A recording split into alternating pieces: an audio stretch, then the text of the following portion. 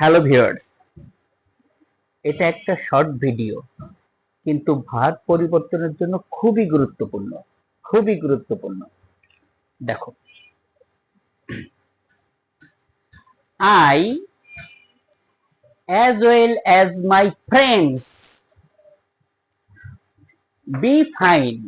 Viewers, এই B এখানে am is are হবে না ওয়াজার হবে, ভাগটা পরিবর্তন করে কি হবে, এটা আমাদের আলোচ্য বিষয়।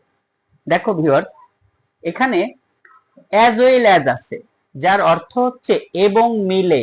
এবং মিলে, এটা and এর সমার্থক শব্দ। এবং and মানে এবং, আর as well as মানে এবং, কিন্তু এবং মিলে অর্থটা এমন আসে। তো এখানে as well as এর আগে আছে I, as well as এর পরে আছে my friends।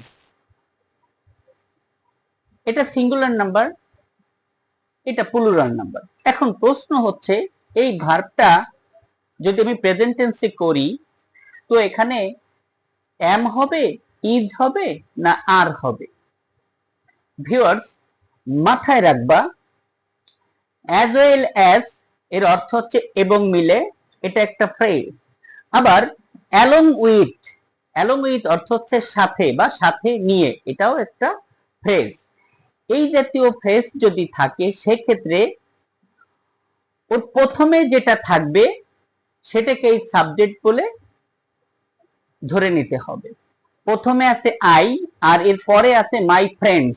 My friends subject হিসেবে ধরা যাবে না, প্রথমে যেটা থাকবে যাই থাকুক। দেখো, আমি এখানে একটা টিক চিহ্ন দিয়েছি, তার মানে এইটাই সাবজেক্ট হিসেবে কাউন্ট করতে হবে। তো আই যদি সাবজেক্ট হয়, সেক্ষেত্রে আইয়ের জন্য বি এখানে পরিবর্তন করে কি করতে হবে? আই এম, অর্থাৎ বিটা পরিবর্তন হয়ে যাবে এম। অর্থটা কি আসে? I as well as my friends, আমি এবং আমার বন্ধুরা মিলে এম ফাইন, ভালো আছি। আমি এবং আমার বন্ধুরা মিলে ভালো আছি। ভিউয়ার্স, আবার বলি, অ্যাজ ওয়েল অ্যাজ যার অর্থ হচ্ছে এবং মিলে, এটা একটা ফ্রেজ।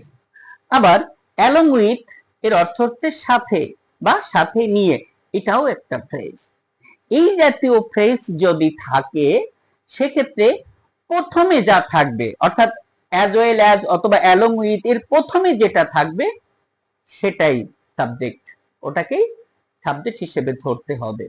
তো এখানে যেহেতু আই আছে, সেক্ষেত্রে I as well as my friends, বির এখানে হলো am. I as well as my friends am fine, আমি এবং আমার বন্ধুরা মিলে ভালো আছি। ভিউয়ার্স, এখানে বি, এখানেও বি, তো এখানে বি পরিবর্তন করে হলো এম। তো এখানে যদি এম হয়, সেক্ষেত্রে এখানে কি হবে? she along with you, she along with you be present yesterday.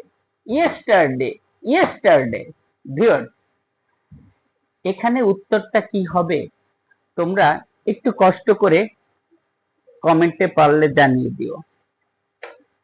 আল্লাহ হাফেজ।